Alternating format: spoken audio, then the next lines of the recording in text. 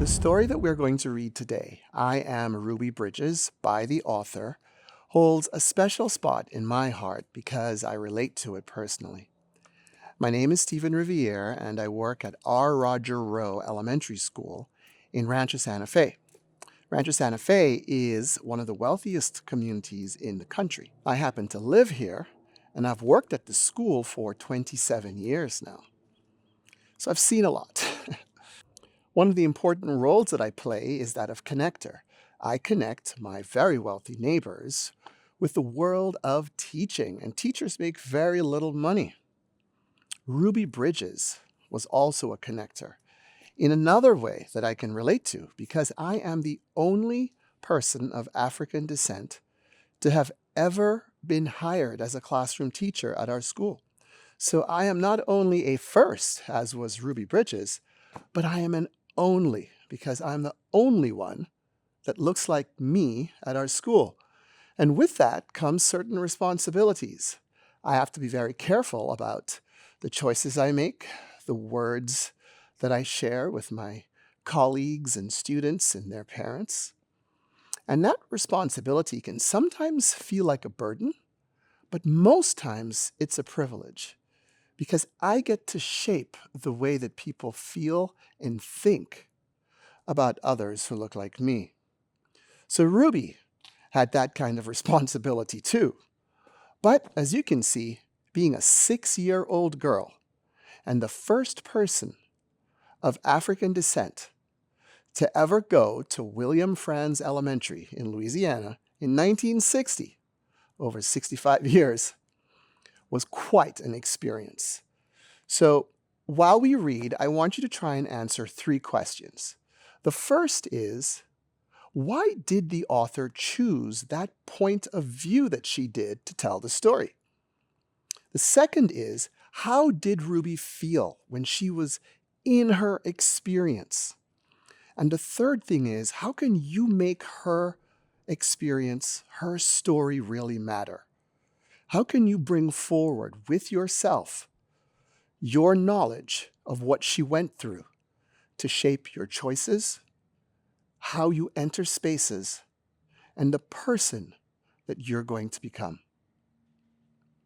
Let's begin. I Am Ruby Bridges, How One 6-Year-Old Girl's March to School Changed the World. Written by acclaimed civil rights icon Ruby Bridges. Art by #1 New York Times best-selling illustrator Nikkolas Smith. Ruby, a jewel, a precious stone that is red. Bridges, plural of bridge, a structure carrying a pathway or roadway over an obstacle, such as a river. 1b, a time, place, or means of connection or transition. This little girl's name suggested that she was precious, or what she was going to do was precious, and that she would provide a pathway to avoid an obstacle, to get around something that's in the way of things. I think that her name allowed her to be the person that she is.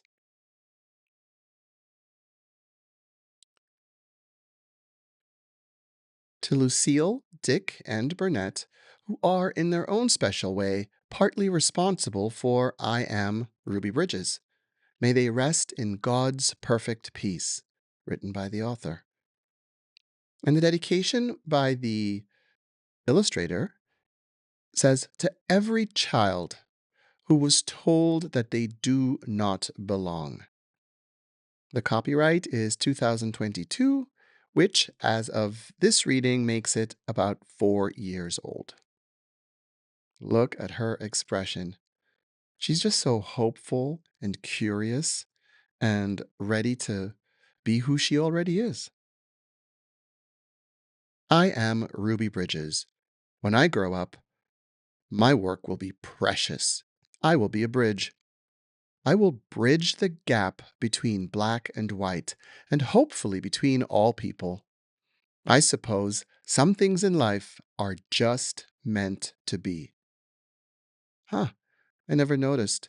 On the left side, there are white people walking over the bridge, and on the right side, people of color, and Ruby is providing that bridge to join them. 1960, which, by the way, is 5 years before I was born. Before I started school, I wasn't thinking about who I would be when I grew up. What I was thinking about was how much I didn't even like my name. I thought Ruby was a name for little old ladies. It was much too old for someone my age. After all, I was only just turning 6. I'm told my grandmother chose this name, Ruby, for me. Well, that explains it. No wonder it's such an ancient name. All right, she is rocking those glasses. But I so loved my grandmother, I thought I'll just have to live with it and try to grow into it. Surely I didn't want to hurt her feelings. So there I was, almost 6, born in 1954. I'm told that was a very important year because of the landmark case Brown versus Board of Education. That was when the court banned segregation in schools. But all I knew then was my old name was Ruby Bridges. Oh boy, what's next? What a way to start school. Segregation means separating. In this case, people were separated by neighborhood, so a black person could not, by law, purchase a home in a white person's neighborhood. What's next? All this girl wants to do is start school. Oh well, how bad can it be? I thought. It's not like I'll be the first Ruby in the world, just the youngest one. So off to school I go. It is a regular school with lots of other kids to play with. I make new best friends, even my teacher is nice, and it's not hard at all. Surprisingly, it's easier than I thought it would be. I get lots of gold stars every day. Life couldn't be better. Can't help but notice the poster on the left there says Harriet, Fanny, Whitney, Malcolm, Medgar, Martin, Ruby. Funny that her name is on the poster in the classroom where she's sitting there. So that's a little bit of humor from the illustrator's point of view. But it does let me know that the kids in her school, who you can see are all people of color, they're learning about people in history that played a significant role in allowing them to live the lives that they lived. Then, just as things are going really well for me, surprise! I find out my parents have decided I am switching schools to a better school, they say, with better opportunities. But first, I must take a test to get in. What are opportunities anyway? I thought, and why do I need them? Especially if a test comes with them. But then I thought, I'm already getting gold stars, so how hard can it be? Besides, there is no turning back now. It's what my parents want for me. And guess what? Another gold star. I passed the test. Can you believe it? How lucky can an almost 6-year-old with an old name like Ruby be? I was about to find out because my mom said I would be starting at a brand new school the next morning, and I had better behave. First day. No more walking to school with my best friends. There are 4 very tall men at the door to drive me to school, and they're white men. Who in the world are they? And who told them I needed a ride to school anyway? Federal marshals, they tell me, sent by the President of the United States. Federal marshals? Sent just for me? Wow, that must have been a very special test that I passed because they said I'm the first. The first what? I thought.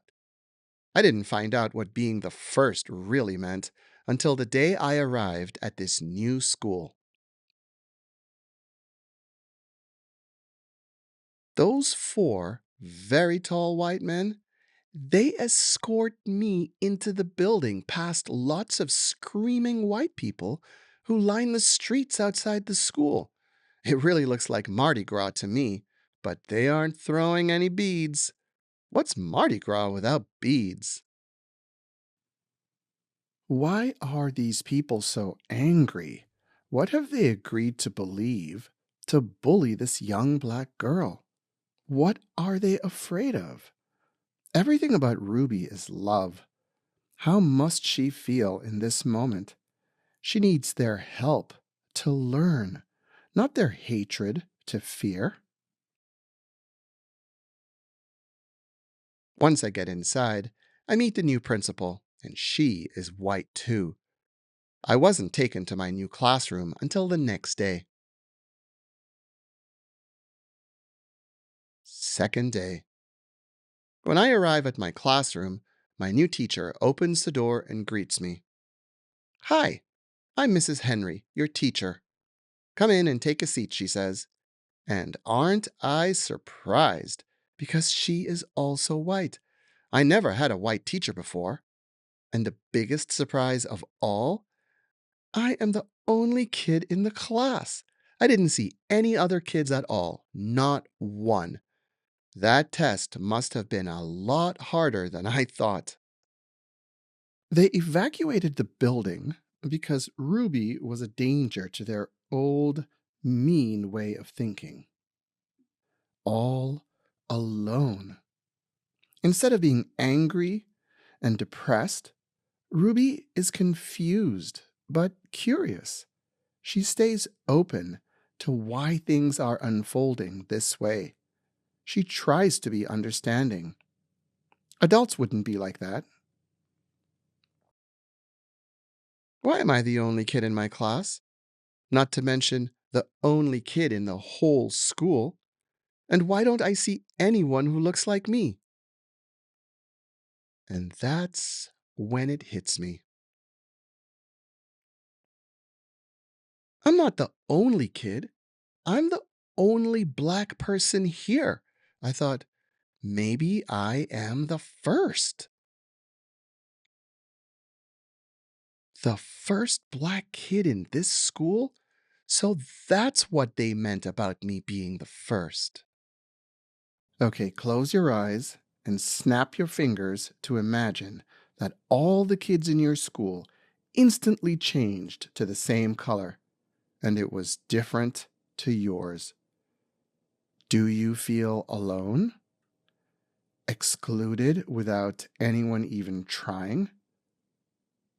How did Ruby deal with that? Finally, it all makes sense. Me, 6-year-old Ruby, the first black kid to go to this school, William France Elementary, a white school. When I asked my mom, she said, yes, it was an all-white school until the laws changed when Brown versus Board of Education won their case in the Supreme Court. Now all black kids can go to any school they like, alongside white kids.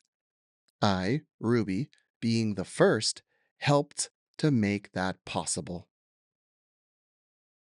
And that's a good thing for black kids, for white kids too. For all kids once they finally get here. I just want to know one thing. When are they coming? Because I know they are just like me. Who cares what colors we are? I'm just happy Brown versus Board made it right. School is just school, and kids are just kids. Do you agree with Ruby when she said, Kids are just kids, and school is just school. What did she mean? What gets in the way of kids just being kids? I'm sure they'll all show up soon enough. I can't wait. I guess being 6 with an old name like Ruby isn't so bad after all. I suppose some things in life are meant to be. I am Ruby Bridges, the first. And that's the end of the book. Wow, I don't know how to feel. I mean, it's painful and it's wonderful all at the same time. The glossary gives all the big words that were in Ruby Red, and they explain to readers who do not understand the meaning of the words what the whole thing means and how it goes together. Author's note and illustrator's note. I'm going to read these quickly. As I began writing I Am Ruby Bridges, I knew I wanted to unfold a different version of my story, one that was told from my own 6-year-old self and met picture book readers eye to eye. I wanted to invite young readers today to probe deeper and offer them a new window into another morsel of history. My goal was to captivate these curious minds while teaching them about a very important moment in time in our history, a moment that changed the face of education in our country. I naturally leaned toward the sense of humor of a child. I thought back to my own sense of humor as a 6-year-old, and voila! Out of the mouth of babes, this version was born. Here, I invite readers to journey back with me to the time when I was 5 and then 6 years old, when I didn't quite know who I was or what I wanted to be or who I wanted to be when I grew up. Most of us at that time had no idea where our names originated. I wanted to create a space for young children to read my story from the perspective of me as a child. I hope they discover I was not much different from them. I was inquisitive, creative, and inquiring, just like them. In my story, you will notice that I include a glossary, another tool to help young readers expand their vocabulary, to connect their imagination to learning. Words are highlighted in ruby red. Finally, I must mention the illustrations. Oh my! They allow readers to take in a colorful, lively journey with me. What a trip this will be. By Ruby Bridges. The illustrator's note.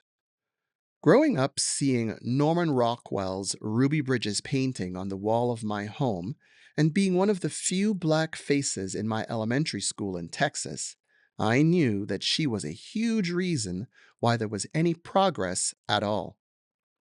It is an immense honor to now have the opportunity to illustrate Miss Ruby's picture book.